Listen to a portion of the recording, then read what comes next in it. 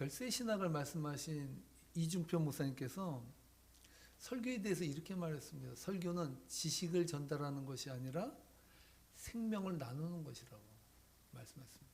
참 의미 있는 말이에요.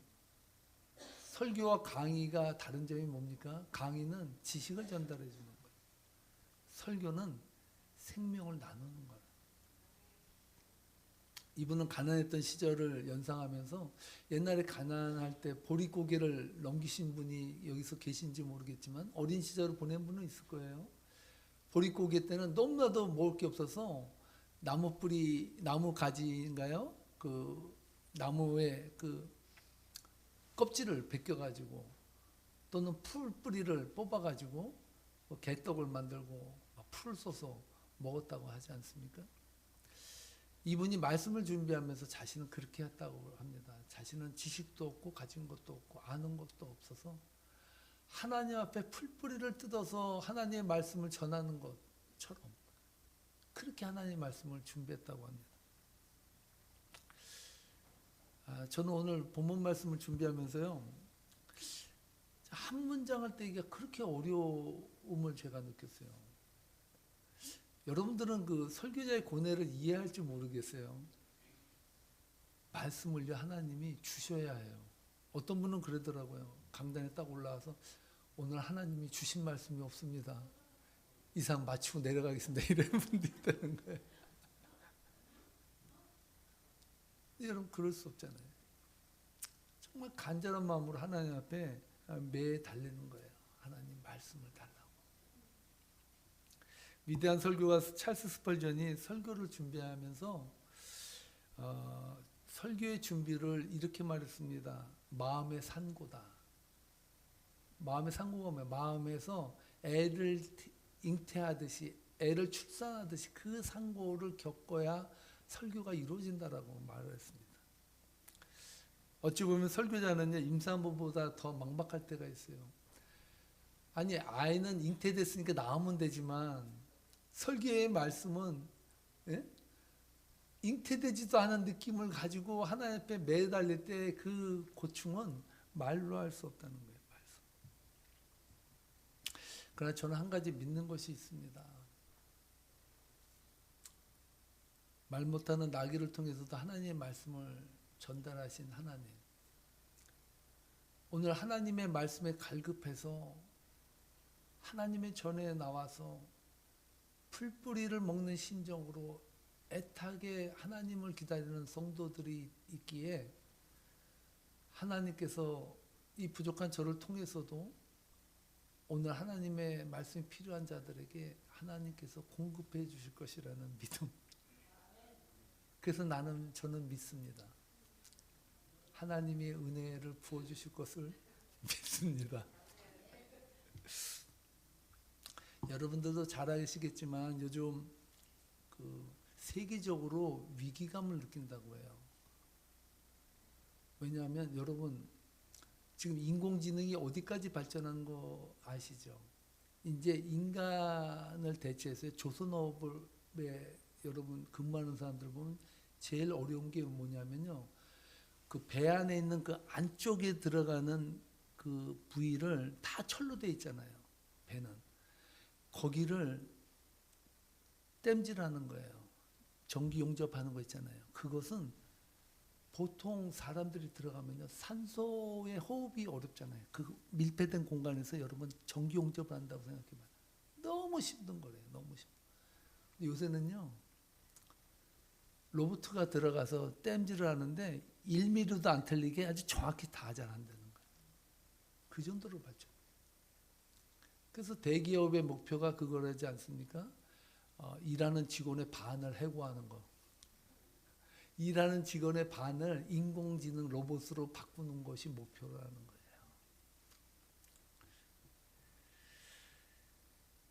여러분 과학의 진보가 빠르다 못해 우리 정신의 세계보다 더 빠르게 움직이는 세상이 됐어요. 정신을 못 차린 세계를 지금 살고 있거든요. 이렇게 빠르게 진화되어가는 이 시대를 살아가면서 우리는 하나님 앞에 질문을 던져야 해요. 뭐라고요? 오늘 이 빠른 이 시대 속에 인공지능 로봇 것이 우리의 삶을 대체하는 이 시대 속에서 그리스도인들이 믿는다는 것이 뭐냐? 나는 믿는다.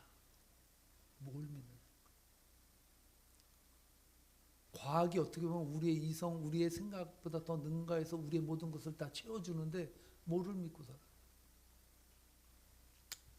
우리는 심각한 고민 앞에 빠져 있다라는 그 절박함을 안고 살아가고 있다는 사실을 기억해야 합니다.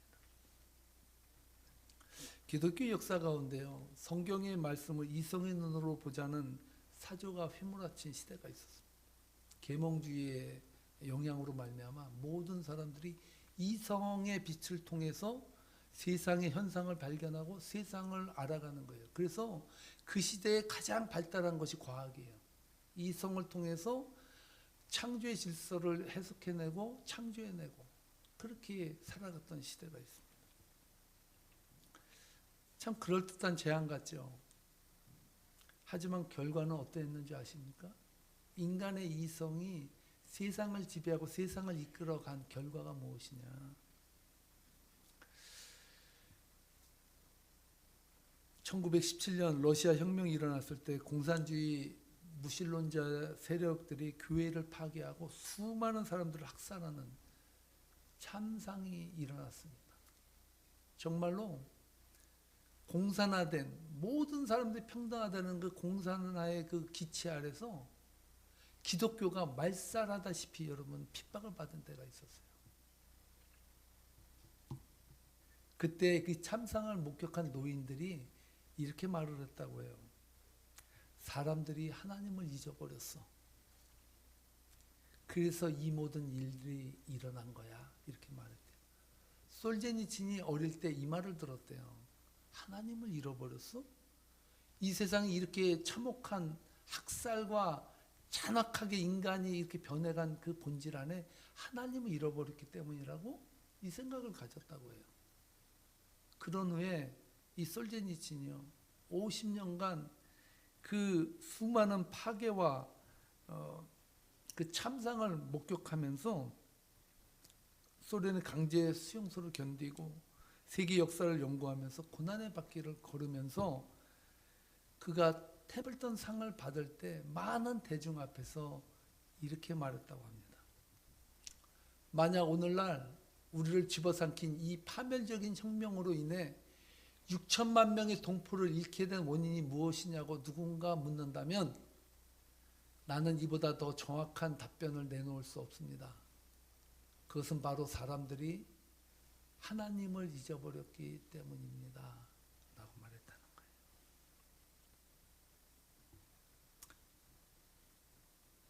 사랑하는 성도 여러분, 요즘 젊은이들은요, 자유를 원해요. 그 자유에는 뭐가 포함됐는지 아세요? 하나님이 없는 자유예요. 하나님이 없는 세상에서 내 마음대로 내 뜻을 펼치고 내 쾌락대로 내 욕망대로 살아가는 것이 현대인들이 원하는 욕망이에요. 소원이라는 소원. 여러분, 하나님 없이 살아가는 것이 자유가 아니라 하나님 안에서 살아가는 삶이 자유예요. 물고기가 그랬다죠. 나는 왜 물이라는 한계에서 나는 왜 살아야 되냐. 물 없는 세상, 물 밖으로 나가서 살고 싶다. 그래서 물이 나간 게 아니라 물고기가 어항 밖을 뛰쳐나왔대. 어떻게 됐을까요? 죽었어요. 물고기는 물에서 살아야 자유한 거예요. 그것이 창조의 질서예요. 바꿔 말하면 인간은 어디서 살 때 자유할까요? 인간은 하나님의 통치 안에서 살아갈 때 자유를 느낀다는 거예요. 그래서 저는 믿음은 겸손하게 하나님 앞에 서는 것이라는 것을 기억해야 된다는 것입니다. 출애굽기 3장에 보면요, 모세가 이도로 장인의 양을 칠 때 여호와의 사자가 떨기나무 가운데서 불꽃 가운데서 그에게 나타나는 것을 봤어요. 근데 신기한 현상이요. 떨기나무가 막 타고 있는데 떨기나무가 사라지지 않고 계속 그 불꽃만 거기서 일어나고 있는 것을 봤어요. 야, 이게 뭐냐? 너무나도 신기한 거예요. 그래서 출애굽기 3장 3절에 보니까 모세가 이렇게 말합니다. 함께 읽겠습니다. 이에 모세가 이르되 내가 돌이켜 가서 이 큰 광경을 보리라. 떨기나무가 어찌하여 타지 아니하는가 하고, 그때 떨기나무가 어떻게 이게 타지 않는가? 야, 신기하다. 가서 보자 하고 모세가 그 불타는 떨기나무로 가려고 했습니다. 그때 하나님께서 모세에게 말해요. 5절 말씀인데 이렇게 말합니다. 함께 읽겠습니다. 하나님이 이르시되 이리로 가까이 오지 말라. 내가 선 곳은 거룩한 땅이니 내 발에서 신을 벗으라. 모세는 떨기나무가 불꽃 가운데서 타면서 그대로 있는 것을 보면서 그것을 조사하기 위해서 막 달려가려고 했는데 하나님은 스톱! 거기서 서라는 거예요. 가까이 오지 말라. 네가 선 곳은 뭐라고요? 거룩한 땅이니 네 발에서 신을 벗어라. 이렇게 말해요. 네 발에서 신을 벗는다는 것이 뭡니까? 발이라는 게 뭐예요? 신이라는 게 뭐예요? 내가 살아온 이력이잖아요. 내가 경험한 지식 아니에요. 내가 이 생을 살아가면서 이성적으로 깨달은 하나의 지식들이 아니에요. 그 모든 것을 벗어나라는 거예요. 어디 앞에서? 불타는 떨기나무 그 나무 앞에서 신을 벗고 거기에 서라고 말씀하고 있어요.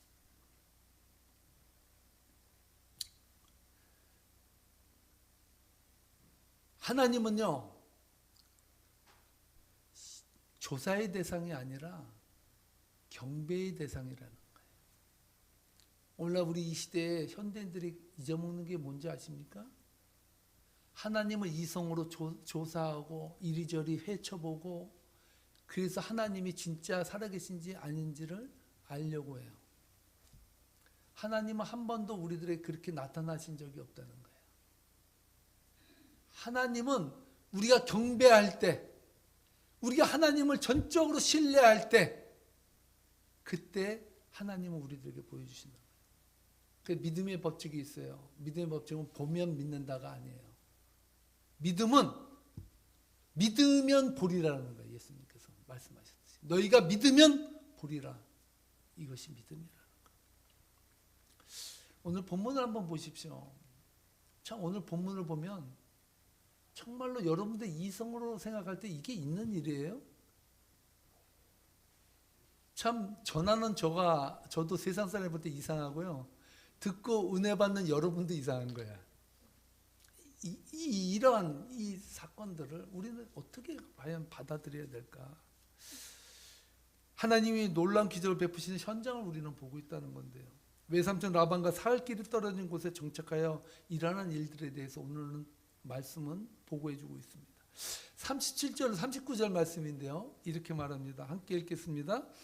야곱이 버드나무와 살구나무와 신풍나무의 푸른 가지를 가져다가 그것들의 껍질을 벗겨 신무늬를 내고 그 껍질 벗긴 가지를 양떼가 와서 먹는 개천의 물구위에 세워 양떼를 향하게 하며 그때가 물을 먹으러 올 때 새끼를 베니 가지 앞에서 새끼를 뱀으로 얼룩얼룩한 것과 점이 있고 아룽진 것을 낳은지라. 아멘.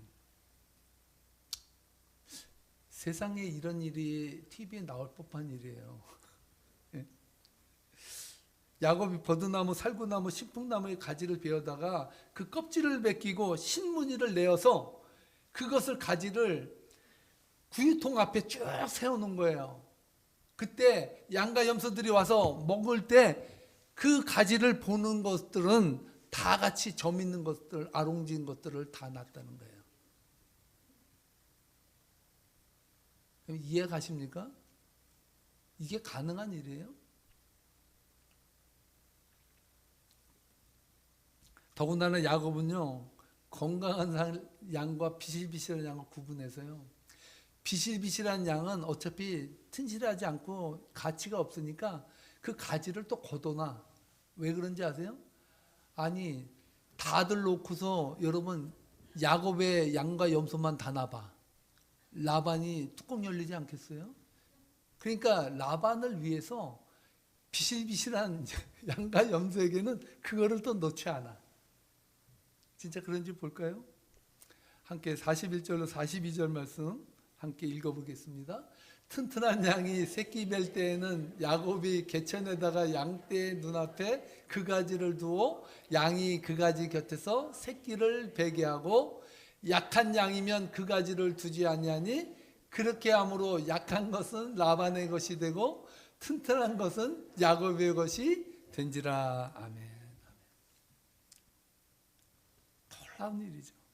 야곱이 자기 마음대로 요술을 부리듯이 비실비실한 놈을 외삼촌 라반에게 주기 위하여 가지를 올려놓지 않고 튼실한 양만 골라서 올려놓으니 점 있는 것들이 튼실한 양들에서 나왔다라고 말하고 있습니다.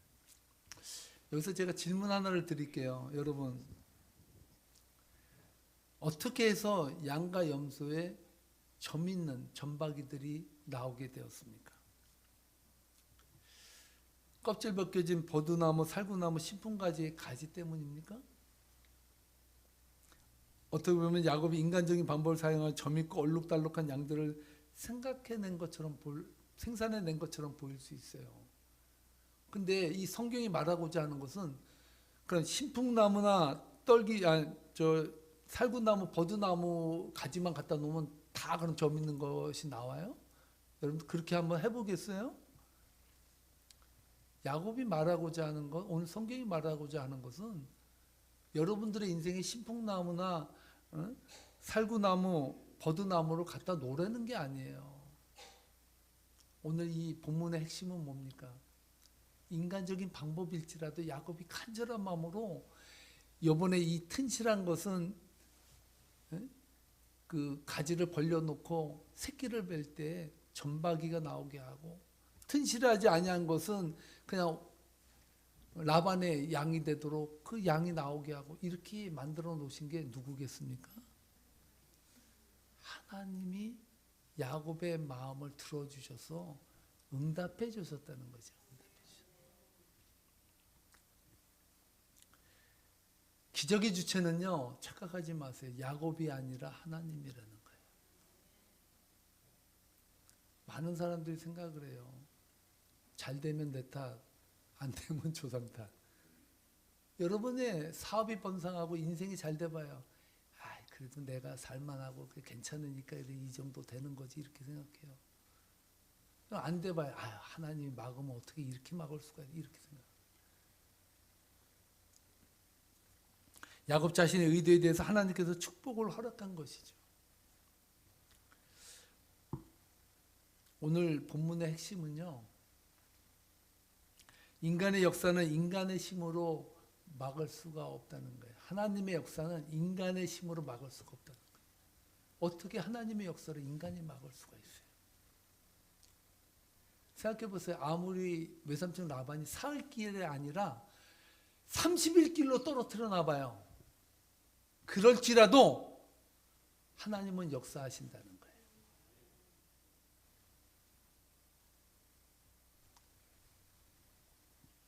야곱이 가지를 올려놓고 놓던 말던 이미 하나님께서는 야곱에게 축복을 약속하셨어요. 창세기 31장 8절로 9절에서 분명히 말씀하셨죠. 함께 읽겠습니다.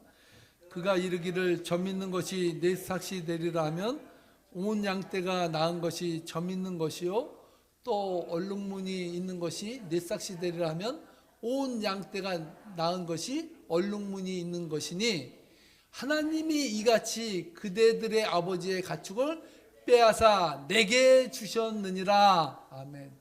야곱이 분명히 고백하죠.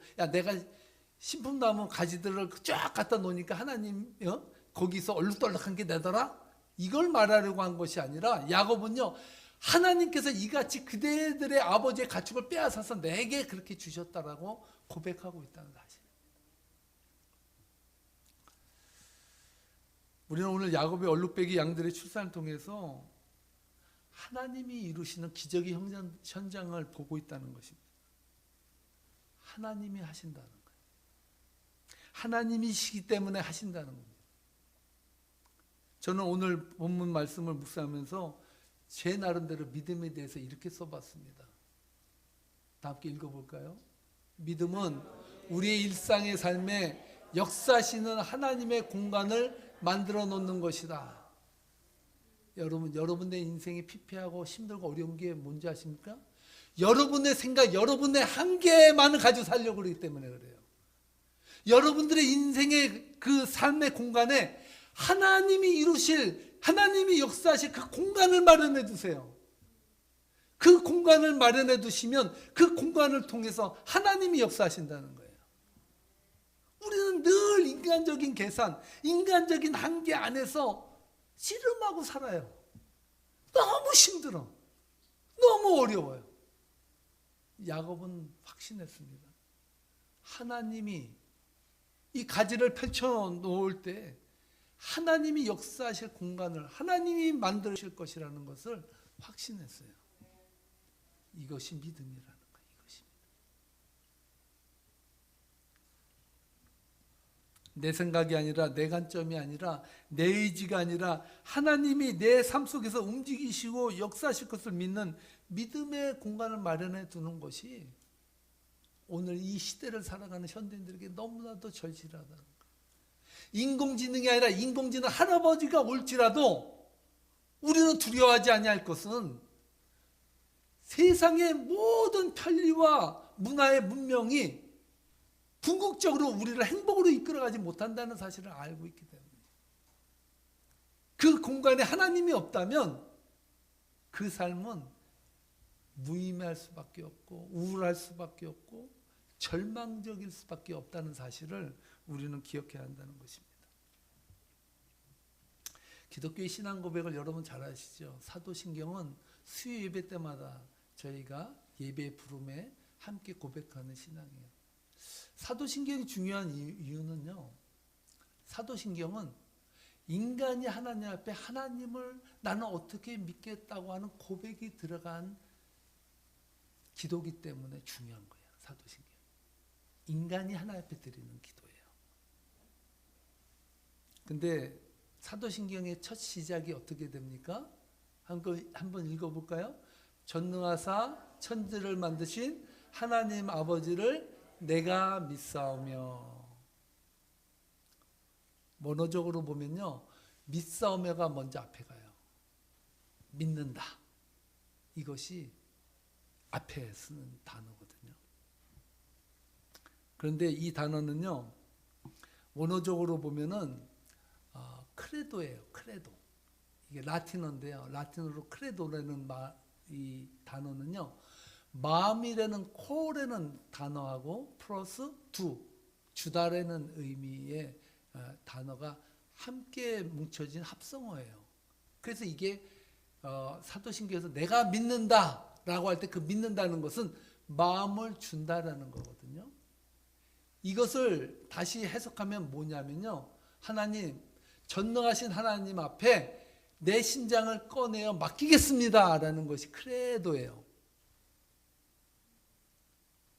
이게 대단한 단어 아니에요? 믿는다는 게 뭡니까? 믿는다는 거. 하나님, 나 그냥 믿어요. 전능하신 하나님 믿어요. 그냥 단순하게 믿는다는 것이 아니라 믿는다는 것은요, 내 심장을 꺼내서 당신께 내가 맡길게요. 그 다음에 하나님께서 책임져 주세요. 이게 크레도예요. 엄청난 단어라는 거, 엄청난 단어예요.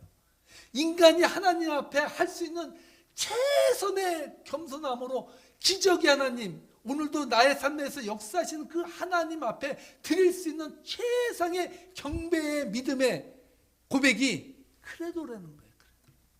하나님, 내 심장을 꺼내서 하나님께 맡길게요. 야곱은요, 그 가지들을 펼쳐놓으면서 하나님 앞에 크레도의 마음으로 하나님 앞에 드린 거예요. 그래서 위대한 거예요.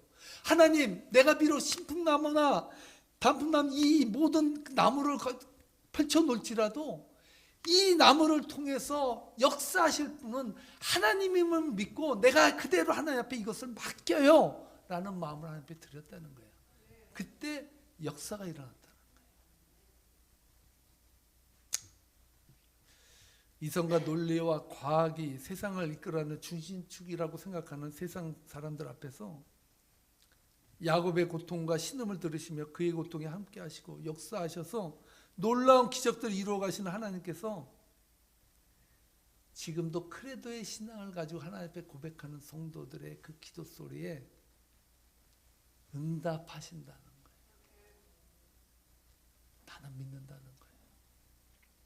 여러분 인생을 살면서 뭐를 믿고 살겠어요? 믿을 게 뭐가 있어요? 어떤 사람은 자기 주먹을 믿는데, 여러분 우리는요 하나님을 믿어요. 이 세상이 아무리 타락되고 자기 이성과 자기 마음대로 살아가려고 하는 정말로 죄로 몰아치는 세상이 될지라도 꿈쩍하지 아니할 자신이 있는 것은 이 세상을 하나님이 붙들고 가신다는 거예요. 우리는 그거를 믿어요. 그 성도 여러분, 오늘 이 시간 여러분들의 가슴 속에 이 한 단어만 남았으면 좋겠습니다. 다 함께 고백해 볼까요? 나는 믿습니다. 내 심장을 주님 앞에 내어 맡깁니다. 여러분들의 인생이 놀라운 기적의 현장이 되도록 오늘도 성령님께서 여러분들의 삶을 이끌어 가시고 능력 주시고 함께 가신다는 걸 믿으시고 담대하게 크레도의 신앙으로 살아가는 복된 성도 되시기를 주님으로 축복합니다. 축복합니다. 기도하시겠습니다.